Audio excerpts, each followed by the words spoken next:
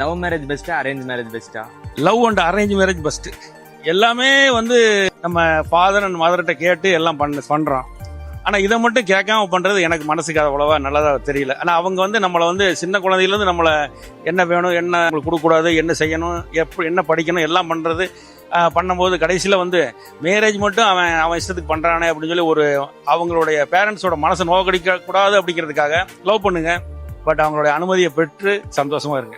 Love வந்து அவங்க ரெண்டு பேரும் புரியறதுக்கு உண்டான வாய்ப்பு. மேரேஜ் பண்ணக்கப்புறம் ரெண்டு குடும்பமும் அது சந்தோஷமா ஏத்துக்கணும். அதனால அவங்க அனுமதியோட, பேரண்ட்ஸோட அனுமதியோட செய்யறப்ப அவங்க வாழ்க்கை நல்லா இருக்கும். இந்த மாதிரி அப்பாங்க எங்க இருக்காங்க? கன்வின்ஸ் பண்ணணும். ஃபாதர் அண்ட் மதரை கன்வின்ஸ் பண்ணுங்க, வெயிட் பண்ணுங்க, கன்வின்ஸ் பண்ணுங்க.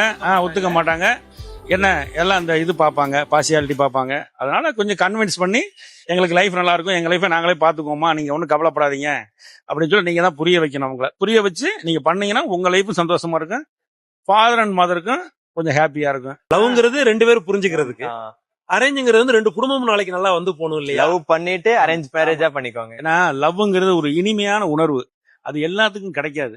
எனக்கெல்லாம் வாழ்க்கையில லவ்ங்கிற உணர்வு வந்து எத்தனையோ கிடைச்சிருக்கு, அதெல்லாம் நிறைய மிஸ் பண்ணியிருக்கேன், நிறைய மிஸ் ஆயிருக்கு. அதுக்கு மேல அப்பாற்பட்டு வந்து ஜெயிக்கிறவங்க ரொம்ப கம்மி தான். ஆனா நீங்க பேரண்ட்ஸோட அனுமதியோட பண்ணீங்கன்னா எல்லாத்துக்கும் சந்தோஷம். எல்லாரும் நல்லா இருக்குன்னு தான், நம்ம சந்தோஷமா இருக்குன்னு என்னுடைய ஆசை.